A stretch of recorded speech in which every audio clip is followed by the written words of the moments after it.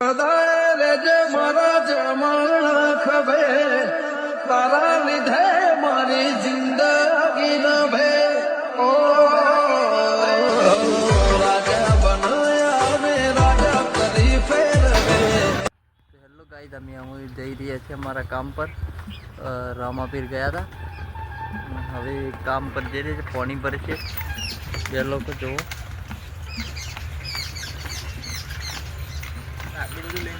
તમે મારો ફોટો જો બોલો તું. હાઈટ બંકો બંકો ના કોઠા બંકો.